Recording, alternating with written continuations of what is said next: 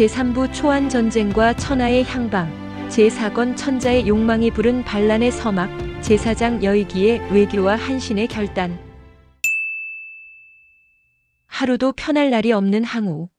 한왕은 성고성에서 장량, 진평 등과 함께 다음 단계의 대책을 수기 중에 있었다. 한신과 장인은 아직 조나라에서 돌아오지 않았고 영포와 팽월에게는 사람을 보냈지만 아직 아무 소식이 없으니 이를 어찌했으면 좋겠소. 영양성을 지키던 주가와 종공은 성이 함락되며 순절했다고 하니 항우는 반드시 여세를 몰아 이곳으로 쳐올 것인데 거기에 대해 어떤 대책을 세우면 좋겠는지 장량 선생께서 좋은 지혜를 가르쳐 주소서. 장량이 머리를 조아리며 말한다. 영포와 팽월에게 사람을 보낸 지 열흘이 넘었으므로 그들은 머지않아 오게 될 것이옵니다. 그러나 그들이 오기만을 기다리고 있을 수는 없으니 대장 한 사람을 시켜 항우의 본거지인 팽성을 치게 하는 것이 좋을 줄로 아뢰옵니다.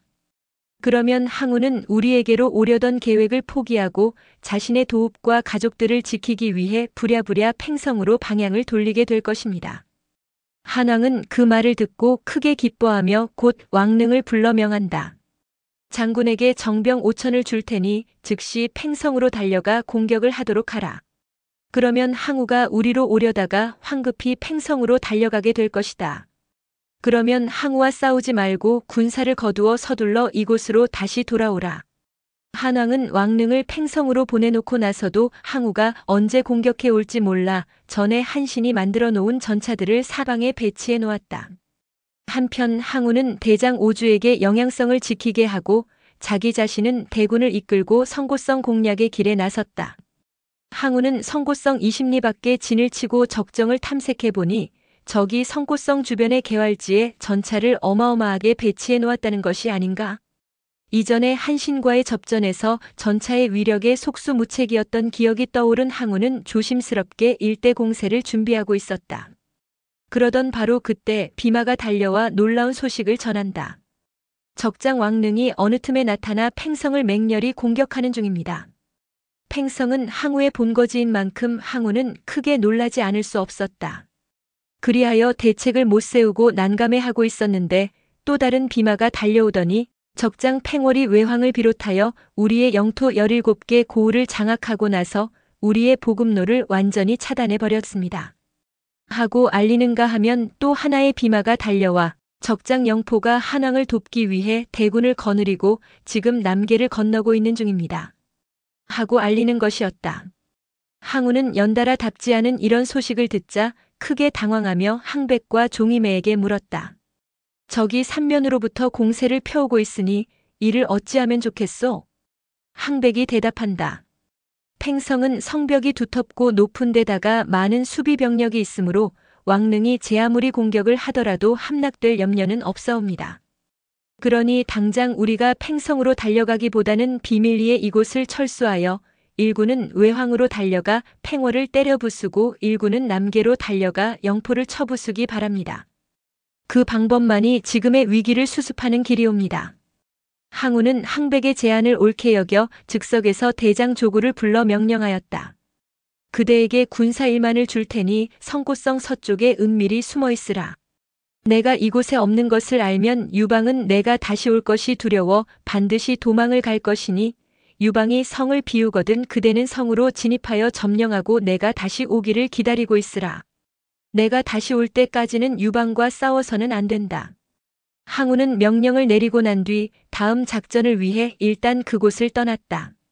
한편 한왕은 항우가 한 번도 공격을 하지 않고 다른 곳으로 이동해 갔다는 정보를 입수하고 너무도 의아스러워 장량과 진평을 불러 물었다. 항우가 싸워보지도 아니하고 다른 곳으로 이동해 갔다니 어찌 된 일이오? 장량이 대답한다.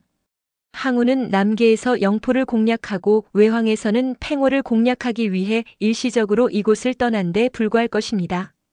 한왕은 장량의 말을 얼른 이해하기가 어려웠다. 항우가 일시적으로 이곳을 떠났을 뿐이라니 그러면 항우가 우리 성고성을 치기 위해 다시 나타날 것이라는 말씀이요? 장량이 다시 대답한다. 그렇습니다.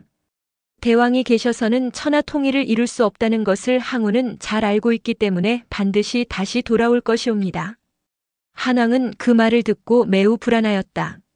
그렇다면 그가 다시 돌아왔을 때 우리는 그를 당해내기가 어려울 것 같은데 이 일을 어찌했으면 좋겠소? 장량이 다시 대답한다. 매우 송구스러운 말씀이오나 대왕께서는 오늘 밤 비밀리에 이곳을 떠나 한신 장군이 점령하고 있는 조나라로 가심이 좋을 줄로 아뢰옵니다. 그리하여 한신 장군의 도움을 받아 영양성과 성고성을 다시 탈환하는 재기를 꾀하시는 것이 상책일 것 같사옵니다. 한왕은 그 말을 옳게 여겨 즉시 성고성을 떠날 채비를 서둘렀다. 그러자 장량이 다시 말한다. 저기 성 밖에 잠복해 있을지도 모르오니 함부로 떠나셨다가는 큰일 나시옵니다. 떠나시기 전에 경비 태세를 견고하게 확인한 연후에 떠나셔야 하옵니다. 듣고 보니 과연 옳은 말이었다. 유비무환이라고 하더니 선생이 일깨워 주시지 않았다면 내가 큰일을 만날 수도 있었겠소이다. 한왕은 장량의 치밀한 계획에 고마워하며 주발과 시무 두 대장을 불러 다음과 같은 명령을 내렸다. 우리는 오늘 밤을 기해 한신 장군이 있는 조나라로 이동해 갈 것이니 두 장군은 이제부터 각기 군사 5,000씩을 거느리고 성 밖으로 나간 적군이 준동하지 못하도록 경계를 삼엄하게 하시오. 우리는 두 장군을 믿고 전군이 이동할 것이오. 주발과 시무는 즉시 군사를 거느리고 성 밖으로 나와 경계를 삼엄하게 하였다. 항우의 명령을 받고 잠복해 있던 초장 조군은 멀리서 한나라 군사들이 대대적으로 이동해 가는 광경을 직접 목격하였다. 그러나 그들의 병력으로는 기습 공격을 하기에는 부족하기도 하려니와 항우로부터 싸우지 말라는 명령도 있었기에 보고도 못 본 척 숲속에 깊숙이 숨어 있기만 하였다. 한군의 마지막 행렬이 성을 나와 그 끝이 보이지 않게 되자 조군은 군사들을 몰고 아무런 저항도 받지 아니하고 성고성을 손쉽게 점령하였다. 이렇게 한왕을 비롯한 한나라 군사들은 한 명의 인명의 손실도 없이 성고성에서 무사히 철수하게 된 데는 장량의 탁월한 작전 계획 덕분이었다는 것은 말할 것도 없었다. 성고성을 떠난 한왕은 밤낮을 가리지 않고 한신이 점령하고 있는 조나라로 길을 재촉하였다. 많은 군사들을 거느리고 행군을 계속하기는 이만저만 고통스러운 일이 아니었지만 도망가는 입장에서는 어쩔 수 없이 겪어야 하는 고난이었다. 어느덧 고통스러운 머나먼 행군의 끝이 보였다. 그것은 한신이 주둔하고 있는 성이 지척에 있었기 때문이었다. 한왕은 성을 눈앞에 둔 50리 밖의 군사들을 주둔시킨 연후에 수십 기의 호위병만을 거느리고 한신이 있는 성 안으로 찾아 들어갔다. 그러나 한신과 장인은 어젯밤 술에 대취하여 아직 일어나지도 않고 있었다. 한왕은 진중을 돌아보다가 한신의 처소 안으로 들어와 보니 그의 책상 위에는 원수의 인장이 들어있는 비단 주머니가 그냥 놓여있는 것이 아닌가? 내가 하사한 원수의 인장을 이처럼 소홀히 간수하다니 세상에 이럴 수가 있는가? 한왕은 한신을 매우 괘씸하게 여기며 원수의 인장을 자기 호주머니에 집어넣고 나오자 때마침 잠에서 깨어난 한신이 황급히 달려나왔다. 한신은 마루 위에 엎드려 큰절을 올리며 아랜다. 대왕께서 행차하시는 줄을 모르옵고 영접을 나가지 못한 죄를 용서하시옵소서. 한왕은 탄식을 하며 한신을 꾸짖는다. 내 지금 진중을 둘러보고 오는 길이요. 장군은 아직 일어나지도 않았고 원수의 중요한 물건은 책상 위에 아무렇게나 던져져 있으니 군기가 이렇게나 문란해졌을 줄은 정말 몰랐소이다. 만약 적이 나의 사신을 사칭하고 진중으로 들어왔다면 생각만 하여도 아찔한 일이 벌어질 뻔하였소. 이런 정신 상태라면 어찌 통일 천하의 대업을 완수할 수 있겠소? 한왕의 노여움은 대단하였다. 한신은 대답을 못하고 머리만 수그리고 있는데 이번에는 장이가 부랴부랴 달려와 마룻바닥에 말없이 머리를 조아렸다. 한왕은 장이를 호되게 꾸짖기 시작하였다. 그대는 일군의 부장으로서 군사를 감독하고 독려할 책임이 있거늘 내 지금 진중을 둘러보니 군기가 문란하기 이를 데 없소. 이는 마땅히 군법회의에 돌려 차명에 처해야 할 일이오. 그러나 그대들 두 사람은 지금까지의 공로가 컸을 뿐만 아니라 앞으로도 긴히 써야 할 인재들이기에 이번만은 특별히 용서할 터인즉 그리 알고 명심해 주기 바라오. 한왕은 단단히 못을 박아놓고 본영으로 돌아오니 한신과 장인은 두 손을 읍하고 따라오며 연방 용서를 구한다. 그러나 한왕은 끝까지 묵묵부답이었다. 이윽고 본영에 돌아온 한왕은 장수들을 한자리에 불러놓고 폭탄 선언을 내린다. 내 조금 전에 진중을 순찰하다가 원수의 인장을 주워왔건만 한신 장군은 아직도 그런 사실을 모르고 있으니 그런 사람에게 어찌 원수의 중책을 맡길 수 있으리요. 유능한 인재를 택해 원수를 새로 임명하기로 하겠소. 한왕의 폭탄 선언을 듣고 장량과 진평은 크게 놀라지 않을 수 없었다. 그리하여 장량은 즉석에서 한왕에게 간한다. 한신과 장의의 직책을 박탈하시는 것은 옳지 못한 처사인 줄로 아뢰옵니다. 그들이 책무에 태만했던 것은 사실이오나 일시적인 과오는 누구에게나 있을 수 있는 일이오니 대왕께서는 너그러이 용서를 베풀어 주시옵소서. 자신이 맡은 막중한 책무를 유기하고 술이나 마시는 사람에게 어찌 국가의 중책을 맡길 수 있으리요. 나는 선생의 말씀을 이해하기가 매우 어렵소이다. 한왕의 노여움은 좀처럼 풀리지 않았다. 이에 장량은 다시 입을 열어가난다. 그 옛날 위나라에 순변이라는 대장이 있었습니다. 위왕은 그가 어느 농가에서 계란 2알을 빼앗아 먹었다는 소문을 듣고 크게 노하시어 순변을 파직시키려고 했었습니다.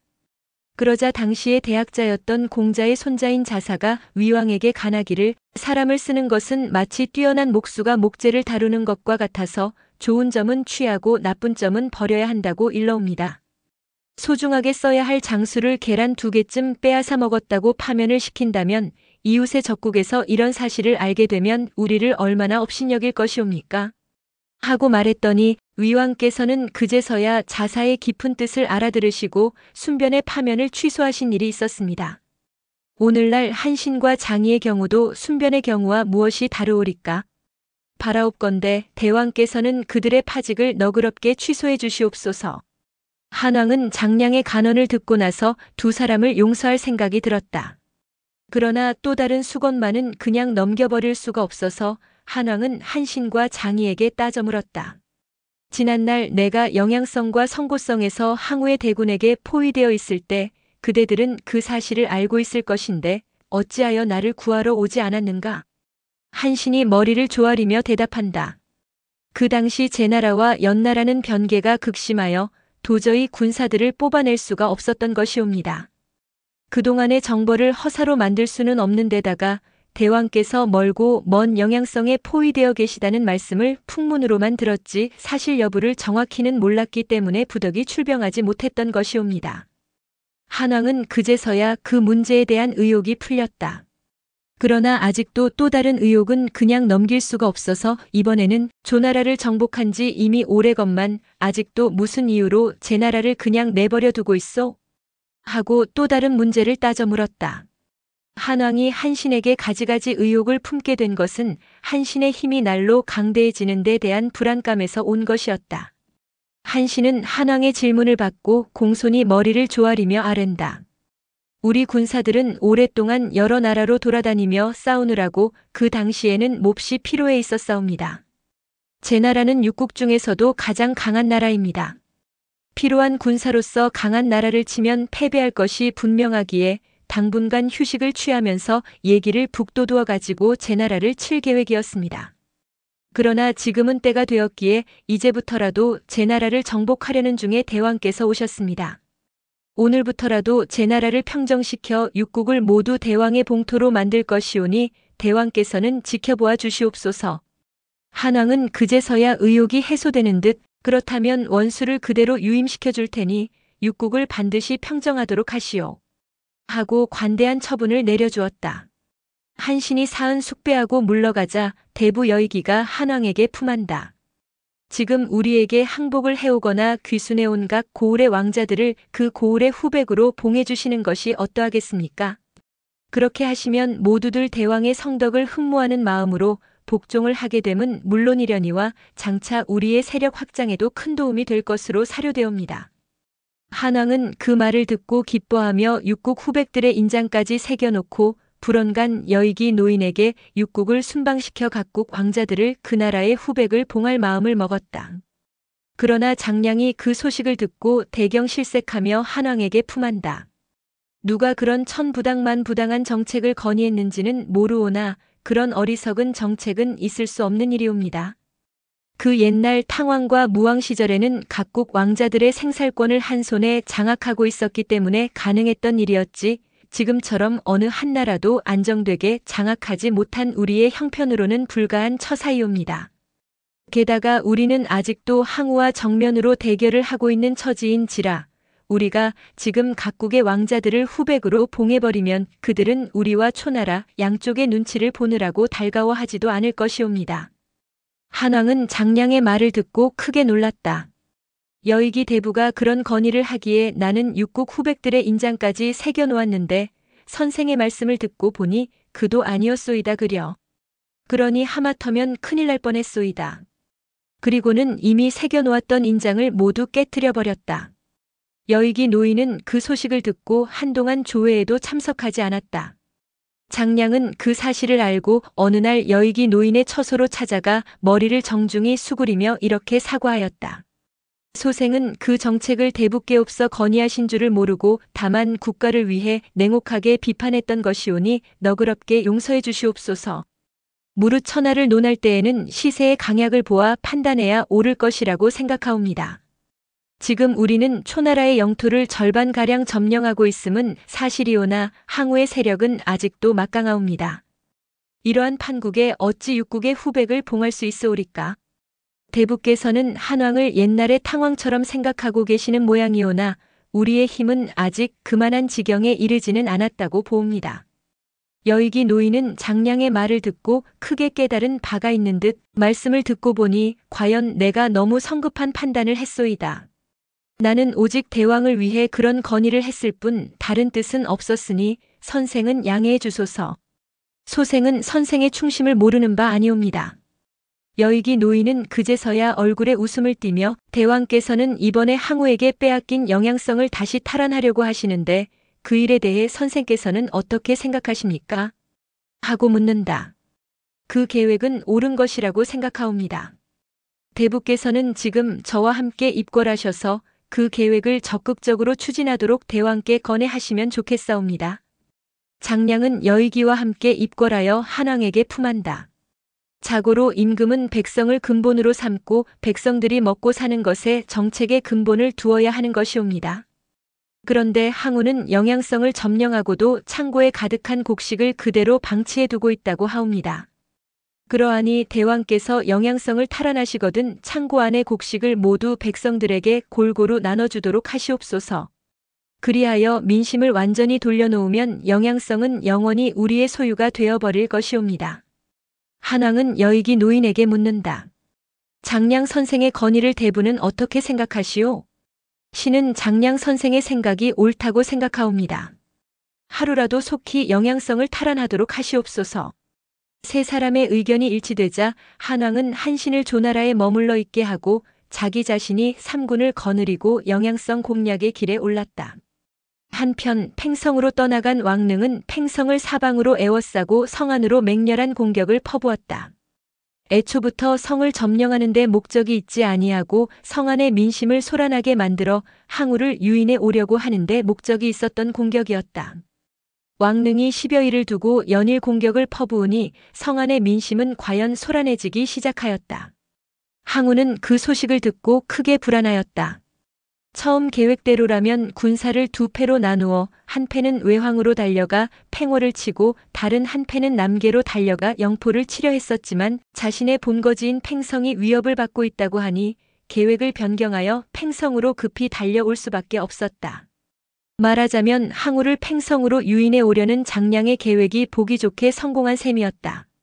왕릉은 항우가 성고성을 떠나 팽성으로 급거 돌아온다는 소식을 듣자 그날 밤으로 군사들을 거두어 영양성으로 다시 돌아와 버렸다. 그런데 항우는 밤낮을 가리지 않고 급히 팽성으로 돌아와 보니 왕릉은 어디로 가버렸는지 성 안은 멀쩡하지 않은가? 왕릉은 간 곳조차 없는데 왜들 야단스럽게 굴었느냐?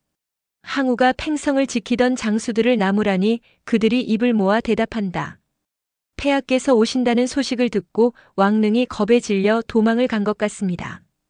마침 그때 비마가 달려와서 항우에게 아랜다. 적장 팽월이 대량의 17개 성을 모두 점령하고 지금은 외항에 머물고 있사옵니다. 항우는 그 소리를 듣고 격노하며 한탄한다. 내가 외항으로 바로 갔더라면 팽월이란 놈을 단박에 부셔버렸을 것인데 방향을 바꿔 팽성으로 돌아온 것이 큰 실수였구나. 내게는 어찌하여 기신이나 주가, 종공 같은 믿을 만한 충신이 한 명도 없는 것일까? 그렇다면 지금이라도 외항으로 달려가 팽월을 쳐부술 것이다. 그러자 옆에서 항우의 낙담을 지켜보던 항백과 종이매가 가난다. 팽월 따위가 설사 대량을 점령했기로 무슨 대단할 것입니까? 폐하께서는 오랜만에 팽성에 돌아오셨으니 잠시 숨을 고르시는 휴식을 하시옵고 용저 장군으로 하여금 팽월을 치게 하심이 좋을 줄로 아뢰옵니다. 그러나 항우는 대번에 도리지를 하며 말한다. 나를 배반한 영포가 유방을 도와 여기저기서 반란을 일으키고 있는 데다가 한신이란 자는 지금 군사를 일으켜 제 나라를 공략하고 있어서 사태가 매우 험악하게 되었다. 제왕 전광이 한신에게 밀려 구원을 요청해 왔으니 용저 장군을 제 나라로 보내 제를 구하도록 하고 나는 팽월을 때려 부수기 위해 나 자신이 직접 출전해야만 하겠다. 그리고 항우는 삼군을 거느리고 즉시 대량으로 떠나갔다. 하루도 편할 날이 없는 항우였던 것이다. 팽월이 대량성을 평정한 뒤 외황성에 진을 치고 있노라니까 첩자가 달려와서 놀라운 사실을 알린다. 동자구숙의 지혜. 항우가 대군을 몰고 팽성을 떠나 지금 이곳으로 쳐들어오고 있사옵니다. 그런데 그 세력이 놀라울 정도로 막강하옵니다. 팽월은 첩자의 보고를 받고 크게 불안하여 즉시 망료 회의를 열었다. 항우가 막강한 군사력으로 우리를 치려고 달려오고 있다니 이를 어찌하면 좋겠소? 그러자 모사연포가 말한다. 항우가 직접 군사를 몰고 온다면 싸워보았자 우리에게 불리할 것은 명백합니다. 저에게는 세 가지의 대책이 있어온데 첫째는 항우와 정면으로 싸우려고 하기보다는 우리가 북방에 있는 곡성 땅의 창읍으로 피신하여 항우가 저절로 돌아가 주기를 바라는 것인데 이것이 최상책입니다. 두 번째는 한왕에게 급히 지원병을 요청하여 정면으로 싸우는 일인데 그것은 중책입니다. 셋째는 우리들 자신의 힘으로 항우와 자웅을 겨뤄보다가 최악의 경우에는 전원 옥쇄하는 것인데 그것은 최하책이 될 것입니다. 장군께서는 이 세 가지 대책 중에 어느 것을 택하실지 결단을 내려주시옵소서. 팽월은 오랫동안 심사묵고하다가 입을 열어 말한다. 불리한 전쟁을 강행하는 것은 어리석은 일이니 최상책을 택하여 일시나마 창읍으로 옮겨가기로 하십시다. 대책이 정해지자 외항성은 구명과 주동 두 장수에게 지키게 하고 주력 부대는 모두가 창읍으로 이동하기로 하였다. 그리하여 한밤중에 아무도 모르게 떠나려고 하니 대장 구명이 팽월에게 말한다. 주력 부대가 모두 떠나가고 저희들만 성을 지키다가 항우에게 성을 내주게 되는 날이면 성 안의 백성들이 모두 항우의 손에 몰살을 당하게 될 것 같은데 그 일은 어찌했으면 좋겠습니까? 그러자 옆에서 듣고 있던 동자 하나가 앞으로 나서며 구명에게 말한다. 그런 걱정은 조금도 하지 마시옵소서. 만약 항우가 외항성을 점령한 후에 성 안의 백성들을 죽이려고 한다면 제가 그렇게 못하도록 말리겠습니다. 팽월은 그 동자의 말을 듣고 크게 놀랐다. 그러자 구명 장군이 동자의 손을 끌어당기며 대답한다. 이 아이는 소장에 맏아들인 구숙입니다. 이 아이는 올해 13살로서 제 애미가 용꿈을 꾸고 잉태했사온데 5살에 이미 시서에 능통하였으므로 주변 사람들이 이 아이를 기동이라는 예명으로 불러오고 있사옵니다. 기동이라? 그것 참. 장군은 정말로 훌륭한 아들을 두셨소이다. 그리고 이번에는 동자구숙을 향하여 내가 만약 항우를 설득하게 되면 어떤 말로 설득하려 하느냐? 하고 물어보았다. 팽월의 질문에 동자는 빙그레 웃기만 할 뿐 대답을 하지 않는다. 팽월은 다시 한번 물었다. 너 같은 어린아이가 항우를 어떤 말로 설득하려는지 내가 미리 알고 있어야 할 게 아니냐? 그러자 동자는 주위를 둘러보며 말한다. 천기가 누설되면 안 되오니 장군님께만 말씀드리겠습니다. 하면서 팽월의 귀에 입을 갖다 대고 한동안 무엇인가를 소곤거렸다.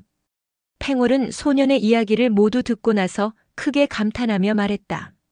내가 어린 나이에 그렇게도 뛰어난 생각을 하고 있는 줄은 몰랐구나.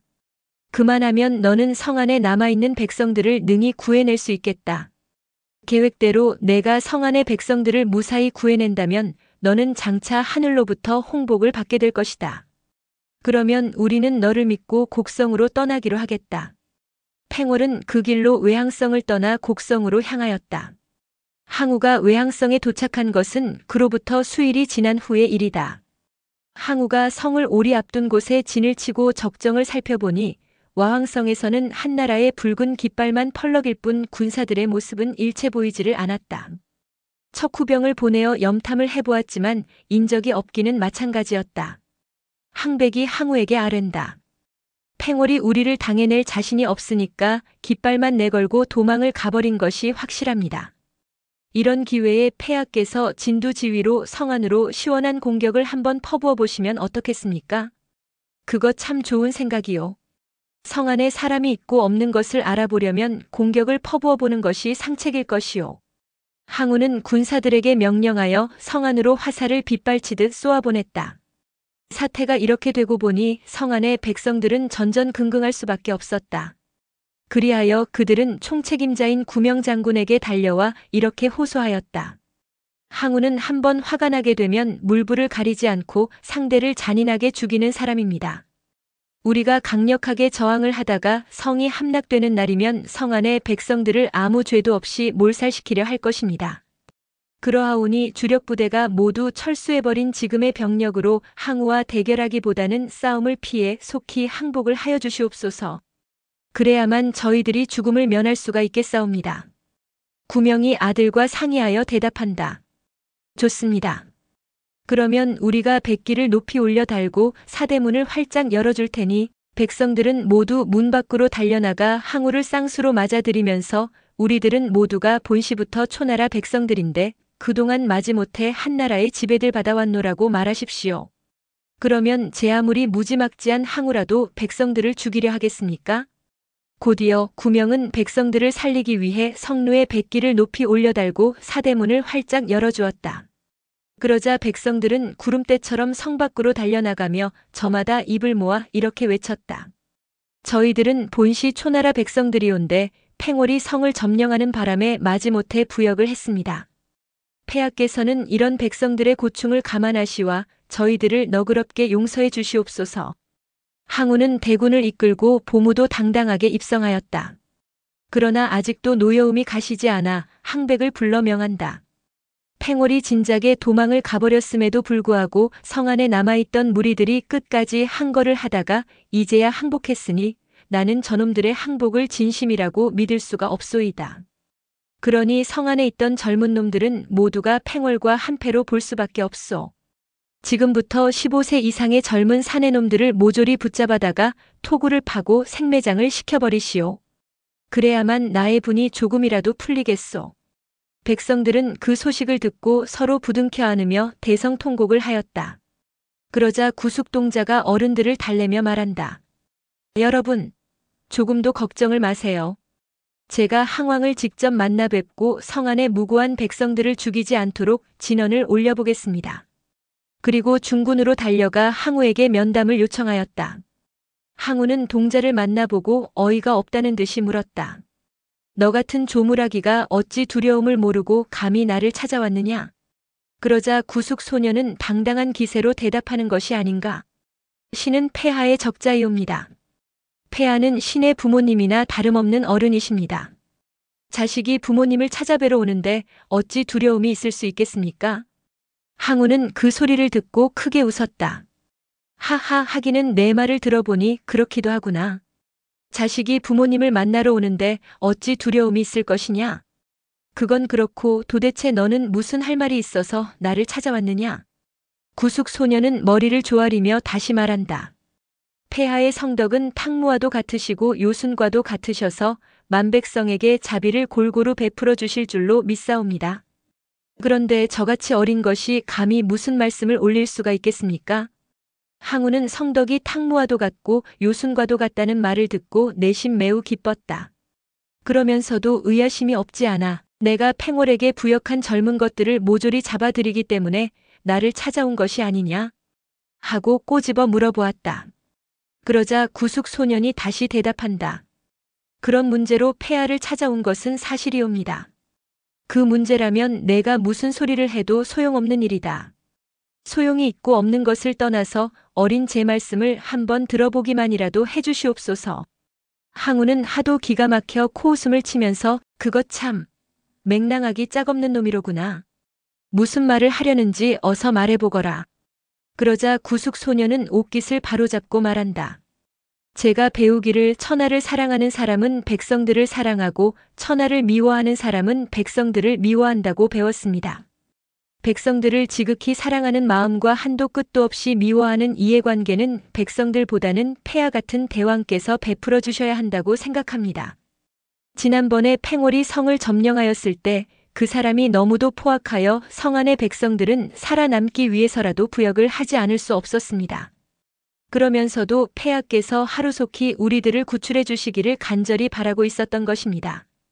그런데 폐하께서 입성하시어 팽월에게 부역한 죄를 물어 저희들을 죽이려 하신다면 팽월의 학정과 무엇이 다르겠습니까? 만약 다른 고을의 백성들이 이 사실을 알게 된다면 폐하를 사모하는 백성들은 하나도 없게 될 것입니다. 폐하께서는 그 점을 각별히 고려해 주시기 바랍니다.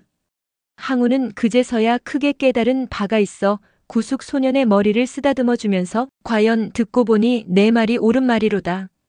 그러면 내 말대로 아무도 해치지 않을 것이니 안심하거라. 그러면서 항우는 즉석에서 성안 백성들에게 특별 사멸령을 내렸다. 그뿐만이 아니었다. 외항성을 지키다가 스스로 항복해온 구명과 주동도 죽이지 않고 살려주었다. 이렇게 외황성을 점령한 항우는 이튿날 팽월을 추격해 가려고 하자 계포와 종이매가 가난다. 팽월 따위는 크게 염려할 존재가 아니옵니다. 그보다도 유방이 지금 성고성을 취하고 난 뒤 영양성까지 넘보려고 하고 있으니 폐하께서는 그쪽으로 진군하심이 오를 줄로 아뢰옵니다. 성고성은 지금 조구가 지키고 있지 않은가? 조장군이 지키고는 있으나 한신이 대군을 몰고 오면 그를 당해낼 수가 없을 것이옵니다. 그러하니 폐하께옵서 직접 가셔야만 한신을 섬멸시킬 수가 있을 것이옵니다. 그러면 나는 성고성을 먼저 취하고 영양성으로 갈 테니 종임의 장군은 군사 1만 명을 이끌고 영양성으로 먼저 가도록 하오. 이번 기회에 유방의 무리를 뿌리째 뽑아버려야 하겠소. 항우는 외항성 승리에 도취하여 적을 두려워할 줄을 몰랐다. 그리하여 대군을 거느리고 성고성으로 향했는데 때마침 그 무렵에 한왕 자신도 성고성을 공략 중이었다. 한왕은 성고성을 함락시키려고 여러 차례 공격을 퍼부어 보았다. 그러나 적장 조구는 성문을 굳게 걸어 잠근 채 일체 응전에 오지 않았다. 그도 그럴 것이 내가 올 때까지 적이 아무리 공격해 와도 싸우지 말고 지키기만 하고 있으라는 항우의 엄명이 있었기 때문이었다. 상대편이 응전에 오지 않으니 한왕은 초조할 수밖에 없었다. 항우가 오기 전에 성을 함락시켜야 할 것인데 조구가 싸움에 응해 오지 않으니 이를 어쩌면 좋겠소? 그러자 대장 주발이 대답한다. 한 가지 좋은 방법이 있사옵니다. 어떤 방법인지 어서 말해보오. 조구는 성미가 항우만큼이나 괴팍스러워서 남에게 모욕당하는 꼴을 못 보는 사람입니다. 그러니 사병들을 시켜서 조구에게 욕설을 퍼부으면 조구는 부하가 치밀어서 반드시 싸우려 나올 것이옵니다. 한왕은 그 말을 듣고 사병들을 시켜 조구에게 온갖 욕설을 퍼붓게 하였다. 그러나 며칠을 두고 온갖 욕설을 퍼부었지만 조구는 일체의 반응이 없었다. 사병들을 욕을 퍼붓다 못해 나중에는 성을 향해 바지를 내리고 엉덩이를 두들겨 보이며 조국의 쌍놈아, 내가 똥을 싸갈겼으니 용기가 있거든 빨리 튀어나와 내 똥이나 처먹어라 하고 차마 입에 담지 못할 욕을 퍼부었다. 이 같은 욕을 얻어듣기를 무려 6일. 마침내 조구는 더 이상 참지 못하고 성문을 활짝 열어제치며 1만 군사를 일시에 휘몰아쳐 나왔다. 울화가 하도 치밀어 마침내는 항우의 엄명을 무시하고 물밀듯이 성 밖으로 몰려 나왔던 것이었다. 조구의 기세는 맹렬하였다.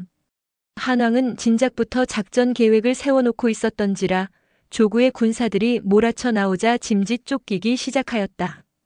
저놈들을 한 놈도 살려두지 말고 모조리 몰살시켜버려라. 조구는 분노가 열화같이 치밀어 올라 맹렬히 추격해오면서 외친다. 한왕과 그의 군사들은 쫓기고 쫓겨서 마침내 범수강을 건너가 버렸다. 그러자 분이 덜 풀린 조구는 자기 자신이 먼저 강을 건너며 명령한다. 모두들 강을 건너 추격하라. 그리하여 군사들도 모두 강을 건너기 시작하였다. 조구의 군사들이 강을 절반쯤 건너왔을 때의 일이었다.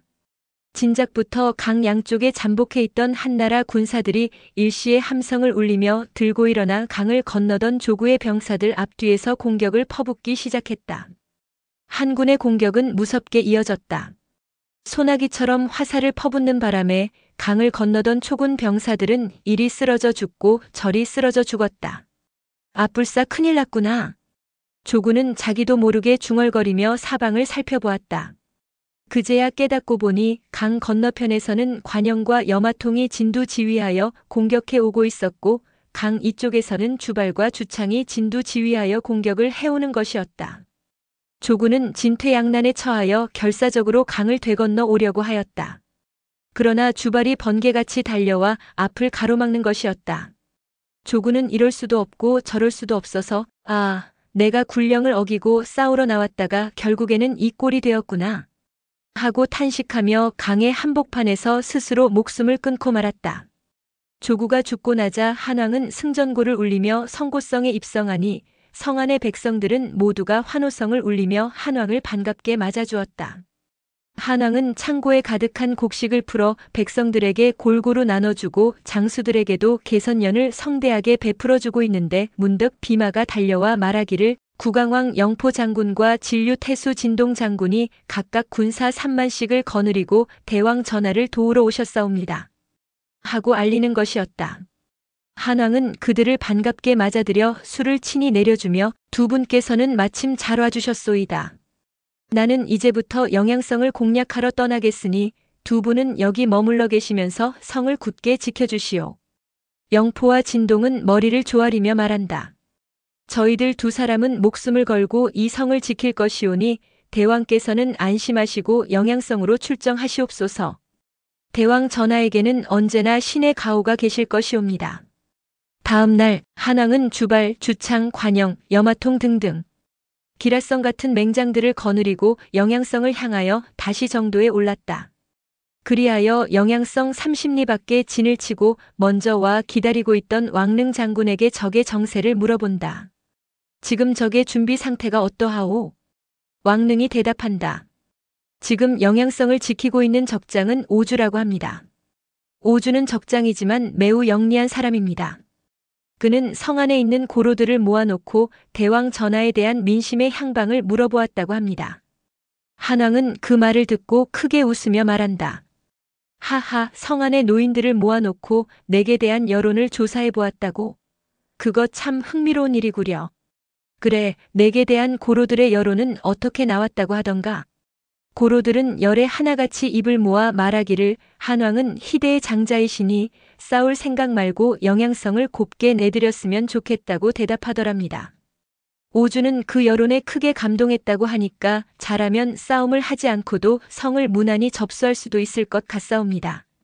싸움을 아니하고도 영양성을 얻을 수 있다면 그보다 더 좋은 일이 어디 있을 것인가? 한왕은 크게 기뻐하며 다시 물었다. 그러면 어떤 방법을 써서 오주를 설득하는 것이 좋겠나? 대왕께서 오주에게 자진 항복을 하도록 친서를 보내신다면 만사는 원만하게 해결될 것이옵니다. 한왕은 그 말을 옳게 여겨 곧 오주에게 친서를 보내었다. 친애하는 오주 장군. 나는 진작부터 장군의 영명을 사모해 오고 있었소. 장군과 같이 영명한 무장과 싸운다는 것은 나로서도 슬프기 그지없는 일이오. 우리가 싸움을 하게 되면 무고한 백성들이 많이 희생될 것이니 그 또한 어찌 슬프지 않을 수 있으리오. 그래서 드리는 말씀인데 성 안의 백성을 궁휼히 여기는 장군과 나 서로 같은 마음을 감안하시어 스스로 영양성을 나에게 넘겨주신다면 나는 장군의 은공을 평생 잊지 아니할 것이오. 장군의 영명하신 판단이 있기를 간곡히 바라는 바이오. 한왕 유방. 오주는 한왕의 친서를 받아보고 한왕의 인자함에 탐복하여 그날로 영양성을 넘겨주었다. 한왕이 영양성에 두 번째 입성하여 민심을 수습하던 차에 종이매가 1만 군사를 거느리고 30리 밖에 진을 치고 있다는 소식이 들려왔다. 한왕은 왕릉, 주발, 조참, 관영 등 4사람의 장수로 하여금 종이매를 즉시 처부수라 명했다. 종임에는 먼 길을 오느라고 몹시 피로해진 군사들이 있는데다가 한왕이 영양성을 무혈 점령했다는 소식을 듣자 형편없이 사기가 저하되었다. 게다가 한군의 호랑이 같은 장수 4사람이 일시에 총공격을 퍼부어 오니 초군의 대응은 처음부터 탄탄하지 못하고 우왕좌왕했다. 그러려니 싸움은 싱겁게 초군의 질이 멸렬로 귀결되었다. 그러나 종임에는 간신히 목숨만 살려 주랭랑을 놓았다. 욕심이 부른 여의기의 죽음. 한편 항우는 대군을 몰아쳐 성고성으로 와보니 수장 조군은 싸우다 전사를 해버리고 지금 성고성은 그 이름도 쟁쟁한 영포가 진동과 함께 지키고 있다는 소식이 아닌가. 항우는 하늘을 우러러 탄식해 마지 않는다. 아, 내가 다시 올 때까지 성을 지키기만 하고 싸우지 말라고 그토록 말했건만 조군은 어찌하여 군령을 어기고 싸우다가 성을 빼앗기고 자진했단 말인가. 항우는 우라통이 터져 신음소리를 지르다가 이번에는 군사들의 방향을 돌려 영양성으로 향했다. 그러자 곧 비마가 달려와 말하기를 종임의 장군이 영양성을 공략하다가 크게 패하여 행방불명이 되었고 영양성 수장 오주는 자진 항복하여 영양성은 이미 유방의 손에 들어갔다고 하옵니다. 하고 알렸다. 항우는 분노가 머리끝까지 치밀어 올랐으나 당장은 어찌할 도리가 없는 고로 일단 광무 땅에 진을 치고 다음 작전에 골몰하였다. 한신은 한왕이 성고성과 영양성을 공략하기 위해 대군을 이끌고 떠난 후 제나라로 쳐들어갈 준비를 착착 진행 중에 있었는데 때마침 항우가 성고성과 영양성을 공략하기 위해 대군을 몰고 떠났다는 소식이 들려왔다. 그리하여 한신은 만일의 경우에 대비하여 한왕을 구원하러 가기 위해 성고성과 영양성의 전투 상황을 수집하면서 제나라 정벌을 차일피일 지연시키고 있었다. 그러나 제왕 전광은 한신이 불언간에 쳐들어오리라는 정보를 입수하고 전전긍긍하며 불안에 쌓여 있었다. 한편 영양성에서 한왕을 모시고 있던 모사 여의기는 제왕이 공포에 떨고 있다는 정보를 접하자 제왕을 설득시켜 자진 귀순하도록 만들고 싶었다. 제나라의 70여 성을 싸우지 않고 얻을 수 있다면 이보다 더 큰 공로가 없겠기 때문이었다. 그리하여 여의기 노인은 어느 날 한왕에게 이렇게 아뢰었다. 연나라와 조나라는 한신 장군이 이미 평정을 했사오나 제나라는 워낙 힘이 강하고 땅이 넓어서 쉽게 굴복시키기는 어려울 것 같사옵니다. 게다가 항우가 지원병을 보내어 도와주기라도 한다면 우리가 수십만 대군을 몰고 가도 점령하기가 매우 어려울 것이옵니다. 한왕이 반문한다. 그러면 대부께서는 어떻게 하는 것이 좋겠다고 생각하시오? 대왕께서 제왕을 설득하는 조서를 써주시면 신이 제나라로 가서 제왕을 이해로써 설득해보면 어떨까 생각되옵니다. 만약 설득이 주요하여 제왕 스스로가 자진하여 우리에게 항복해 온다면 그보다 좋을 일이 어디 있겠나이까? 한왕은 그 말을 듣고 크게 기뻐하며 말했다. 대부께서 제왕을 자진해 항복하게 해주신다면 그 공로는 천추의 길이 남을 것이오. 한신 장군이 아직 발군을 아니하고 있는 모양이니 그러면 대부께서 나의 조서를 가지고 제나라로 빨리 떠나도록 하시오. 여의기 노인은 한왕의 조서를 가슴에 품고 곧 제나라를 향하여 떠났다. 그로부터 며칠 후 여의기는 제나라에 도착하여 제왕에게 면담을 요청하였다. 그렇게 제나라 대궐로 들어간 여의기는 제왕을 만나서도 별다른 인사를 하지 않고 허리를 곧게 편 채 만났다. 그러자 제왕은 여의기의 오만불손한 태도에 크게 분노하여 그대는 내가 자진 항복하도록 설득하러 온 모양인데 그대의 태도가 왜 이다지도 불손한가? 그대가 이처럼 불손한 까닭은 우리가 그대들의 공격을 당해내지 못할 것이라는 자만심 때문인가? 그렇다면 우리나라의 군사력으로 그대들의 생각이 매우 잘못되었다는 것을 보여주리라. 하고 불호령을 내렸다. 그러나 여의기는 조금도 두려운 기색을 보이지 아니하고 조용히 이렇게 말하는 것이었다. 내가 왜 대왕을 찾아왔는지 나의 말을 들어보시면 충분히 이해하실 것입니다. 제왕은 끝까지 노하는 것은 점잖지 못하다고 생각되어 얼굴빛을 누그러뜨리면서 말했다. 무슨 말을 하려는지 어서 말해보오. 그러자 여의기는 당당하게 말한다. 한왕은 지금 100만 대군을 거느리고 그 위세를 만천하에 떨치고 있소. 게다가 지금 조나라에 주둔하고 있는 한신 장군까지 합세하여 쳐들어오면 제나라는 그날로 풍비박산이 되고야 말 것이오. 그렇게 되면 대왕은 왕위를 보존하기가 어렵겠기에 나는 제 나라의 백성들도 구하고 대왕도 구해드리고 싶어 이렇게 대왕을 찾아왔으니 내가 무엇 때문에 대왕에게 허리를 굽신거려야 한다는 말이오? 그러니 대왕 자신이 왕위를 보존하고 싶지 않거든 당장 이 자리에서 나를 죽여버리시오. 제왕은 그 말을 듣고 어처구니가 없었다. 그대는 잠꼬대 같은 소리를 그만 짓거리고 내 말을 들어보시오. 우리나라는 국토가 동서사방으로 수천 열이 게다가 서쪽에는 위, 조나라가 있고 동쪽에는 바다와 맞닿아 있으며 남쪽에는 초나라와 연나라가 있지 아니한가? 그나 그뿐만인가? 우리는 그동안 부국 강병을 기치로 살아온 관계로 천하에 두려울 것이 없는 형편인데 우리가 어찌 유방을 두려워할 것인가? 그러자 여의기가 탄식하며 말한다. 대왕은 어찌 허장성세가 그렇게도 심하오. 제 나라가 아무리 강해도 항우는 당해내지 못할 것이오. 그런 항우조차도 한왕에게 관중 땅을 모두 빼앗겨버렸다는 사실을 알아야 하오. 제 나라가 한왕에게 항거하려는 것은 사마귀가 팔을 벌려 수레바퀴를 막아내려는 것과 같이 어리석은 짓이란 것을 왜 모르시오. 제왕은 그 말에 찔리는 바가 있는지 입을 다물고 대답을 못한다. 여의기가 이번에는 제왕을 달래듯이 말한다. 그러나 대왕은 너무 심려치 마소서.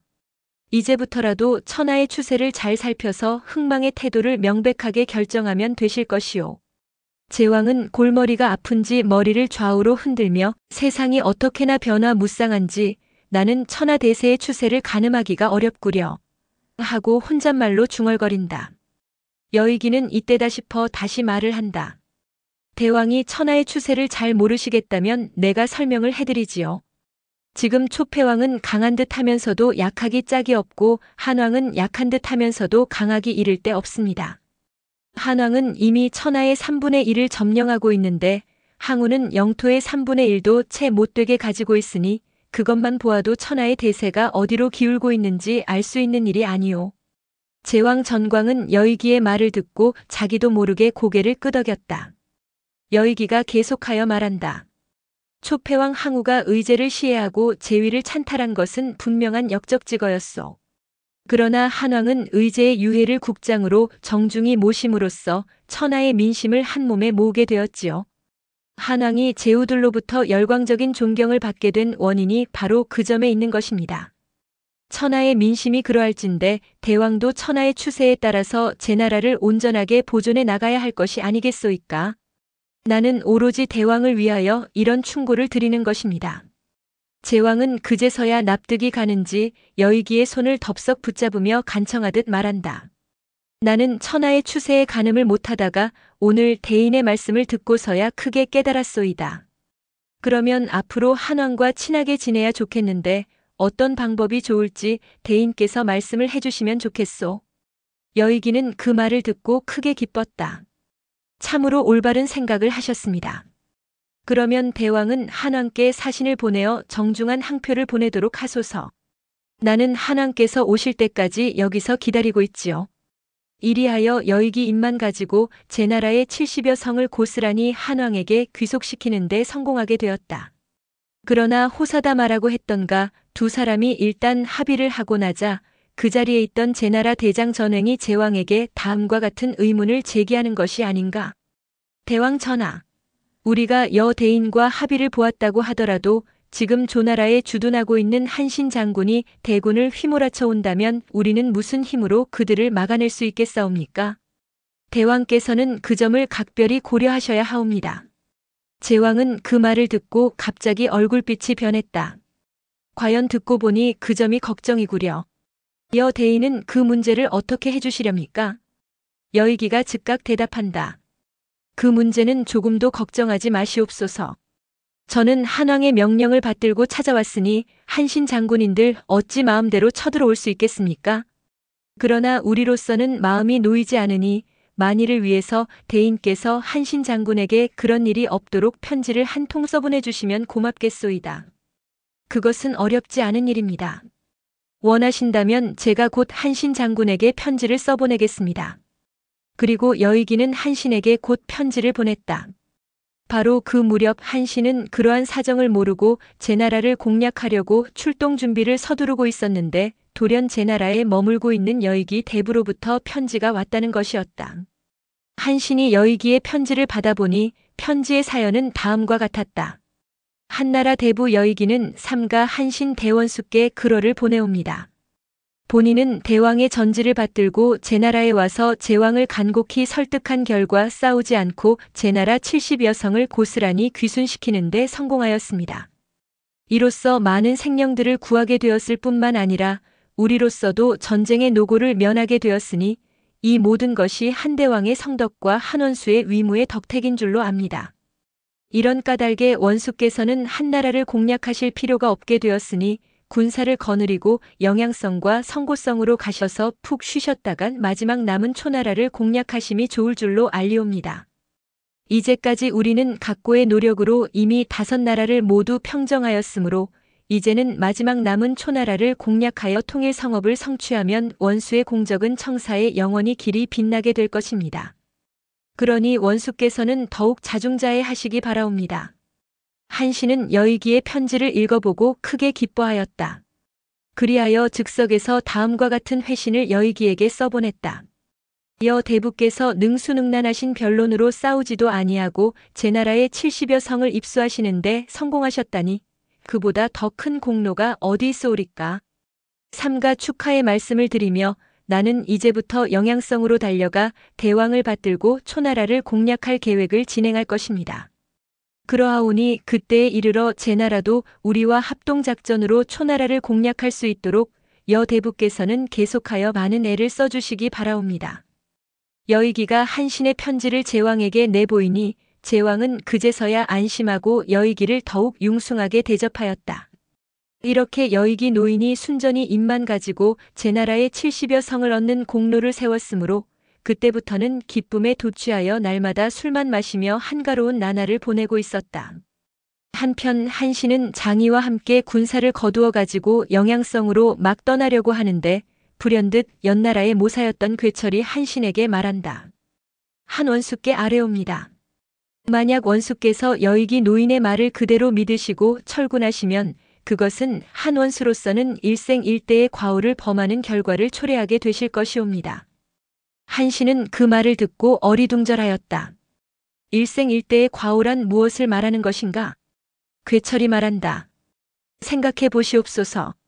한 원수께서 오늘날까지 여러 나라로 동분서주하시면서 점령하신 성은 50여 성밖에 안 되는데 여의기 노인은 순전히 입만 가지고 70여 성을 대번에 얻어놓았다고 하니 원수께서는 무슨 면목으로 영양성으로 돌아가 한왕을 배울 수 있을 것이옵니까? 한신은 미처 거기까지는 생각을 못하다가 괴철의 말을 듣고 크게 놀랐다. 그래서 이 문제는 어떻게 하는 것이 좋겠다는 말인가? 괴철이 다시 말한다. 만일 지금 형편대로 나간다면 후일에 한왕께서 천하통일의 성업을 완수하셨을 때 1등 공신은 한 원수가 아니고 여의기 대부라는 결과가 될 것이옵니다. 그러므로 원수께서는 대군을 철수하시기 전에 그 점을 생각하셔야 하옵니다.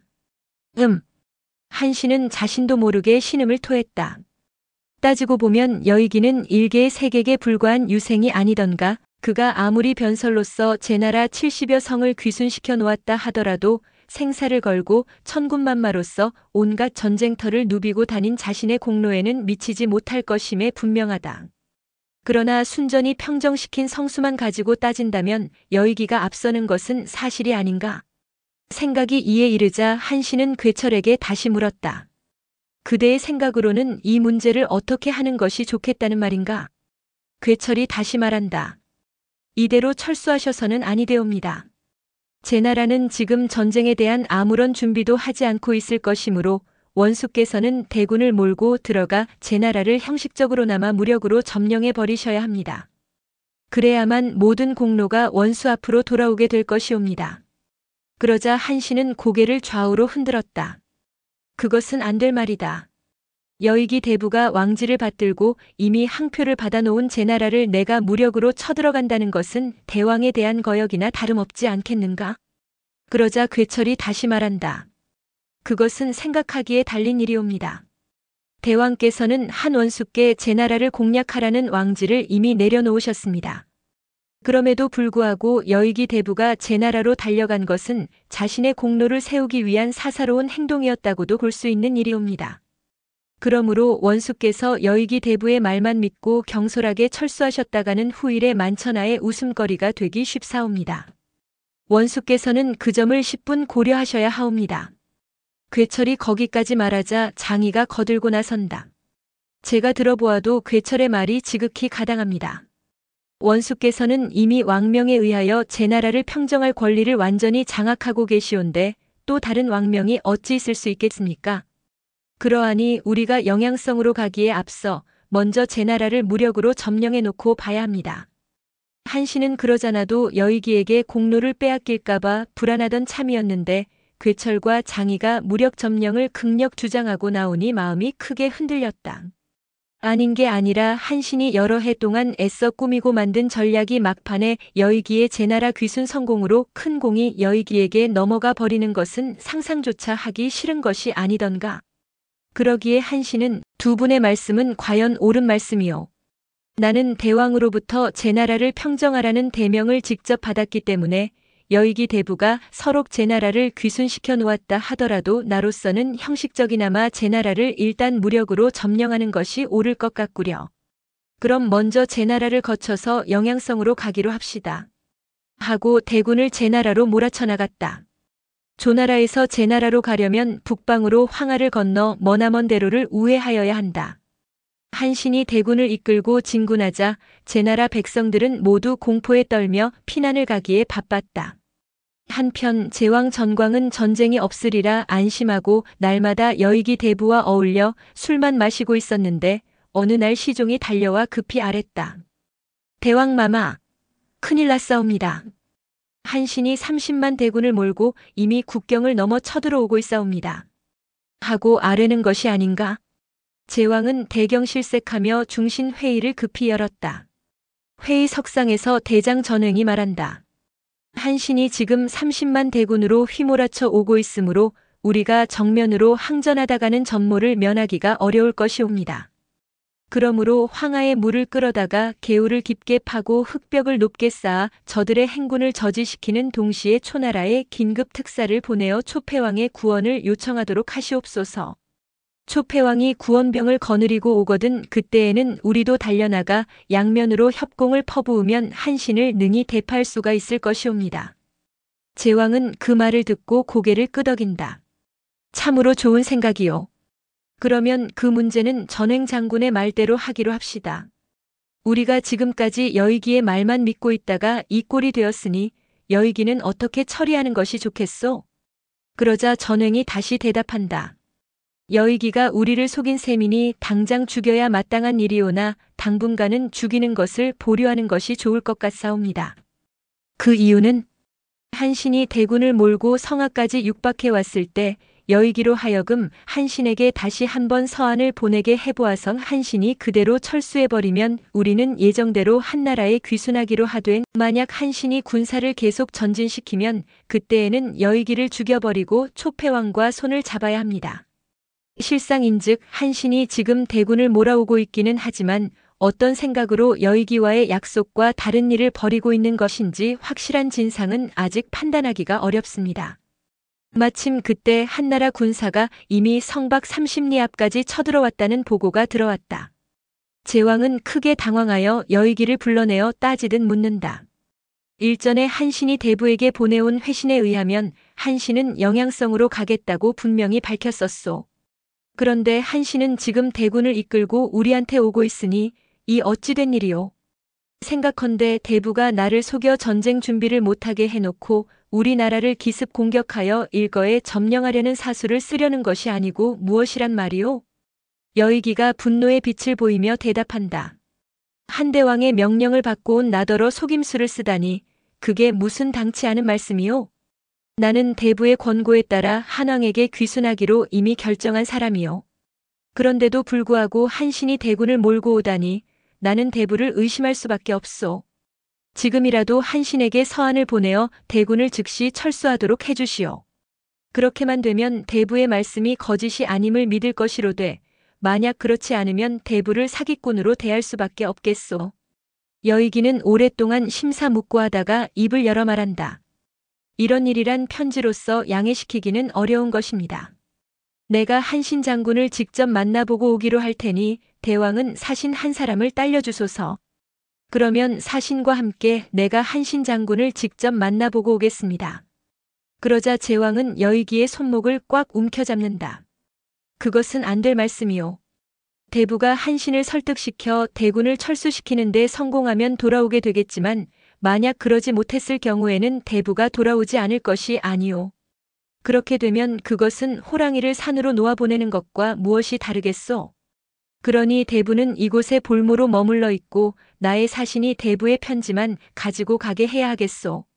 제왕으로서는 그렇게 판단하는 것이 당연한 일이었다. 그러자 여의기는 장탄식을 하며 말했다. 아, 이제 나의 생사존망의 위기가 눈앞에 닥쳐왔구나. 그러면 한신 장군에게 보내는 서한을 써줄 테니 사신에게 곧 보내도록 하시오. 여의기는 즉석에서 한신에게 보내는 서한을 썼는데 한신이 받아본 여의기의 편지 내용은 이랬다. 장군께서 영양성으로 대군을 철수시키겠다는 서한을 받아보고 본인은 한왕전에 이미 전말에 보고를 올렸습니다. 그런데 장군은 대군을 몰고 제 나라로 오셨으니 본인은 제왕을 속인 결과가 되어 나의 목숨이 위기에 처하게 되었습니다. 내 목숨은 조금도 아까울 것은 없으나 왕명을 받든 내가 죽음으로써 대왕의 신의가 땅에 떨어지는 것은 크게 경계해야 할 일이니 장군께서는 국가의 장래를 생각하시어 대군을 곧 철수시켜 주소서. 엎드려 바라옵니다. 한신은 여의기의 편지를 받아보고 잠시 어찌할 바를 몰랐다. 그러자 괴철이 묻는다. 장군께서는 무엇을 주저하고 계시옵니까? 한신이 대답한다. 여의기 대부가 왕명을 받고 제 나라를 이미 귀순시켜 놓았는데 내가 군사를 몰고 가 제 나라를 치면 제왕은 여의기 대부를 죽여버릴 것이 아니오. 그렇게 되면 나는 왕명을 거역하는 셈이 되니 그것도 함께 걱정이 되는구려. 그러자 괴철이 다시 말한다. 한왕은 제 나라를 평정시키라는 왕명을 두 사람에게 내린 셈이니 잘못이 있다면 한왕에게 있지 장군에게 있는 것은 아니옵니다. 그런데 무엇을 주저하시옵니까? 아무리 그렇기로 여의기 대부를 제왕의 손에 죽게 내버려 둘 수는 없는 일이 아니오. 그러자 괴철이 손을 내저으며 다시 말한다. 노인 목숨 하나쯤 무엇이 대단하다고 그러십니까? 나라 하나를 평정하는 공로를 세우기는 좀처럼 있기 어려운 일이옵니다. 이렇게 경중과 대소의 사리가 명백하온데 장군께서는 아녀자들처럼 왜 쓸데없는 일로 결정을 미루십니까? 괴철의 설득에 한신의 마음이 크게 동요되었다. 그리하여 제 나라에서 보내온 사신에게 답장을 써주면서 이렇게 말했다. 그대는 돌아가거든 여의기 대부에게 나의 말을 이렇게 전하라. 여 대부가 왕명을 받들고 제 나라로 가서 설득을 하려면 우선 제 나라를 공략할 준비를 마친 나에게 먼저 찾아와서 그 사실을 알려줬어야 옳을 일인데 그런 사실을 나에게 알려주지도 아니하고 비밀리에 제 나라를 마음대로 귀순시켜 놓았다고 하니 그것은 도리에 어긋나는 일이다. 또 그런 방식으로 귀순을 시켰다고는 하지만 그 말을 어떻게 믿을 수가 있겠는가? 따라서 제 나라를 지금 평정시켜 놓지 않으면 후일에 커다란 화근이 될 것이므로 설사 여 대부가 희생이 된다 하더라도 나는 애초의 계획대로 반드시 제 나라를 평정시켜 놓고야 말 것이다. 만약 여 대부의 공로가 후일에 명백하게 밝혀지면 비록 대부는 오늘 희생되더라도 그의 후손들만은 반드시 여루에 봉해질 것이니 여 대부는 오늘의 나의 처사를 너무 야속하게 생각지 마시도록 여쭈어라. 제왕의 사신이 즉시 돌아와 제왕과 여의기 앞에서 한신의 말을 사실대로 전하니 여의기는 땅을 치며 한탄한다. 아, 내가 한신에게 당하고야 말았구나. 그러나 제왕은 그와 반대로 크게 노하며 나는 이 늙은이에게 단단히 속았다. 이 늙은이를 그냥 죽일 수 없으니 당장 끓는 기름 가마에 쳐넣어 삶아 죽이도록 하여라. 하고 명했다. 그 후 한신은 여의기 대부가 팽살되었다는 소식을 듣게 되자 즉시 대군을 발동하여 제 나라를 무자비하게 쳐부수기 시작했다.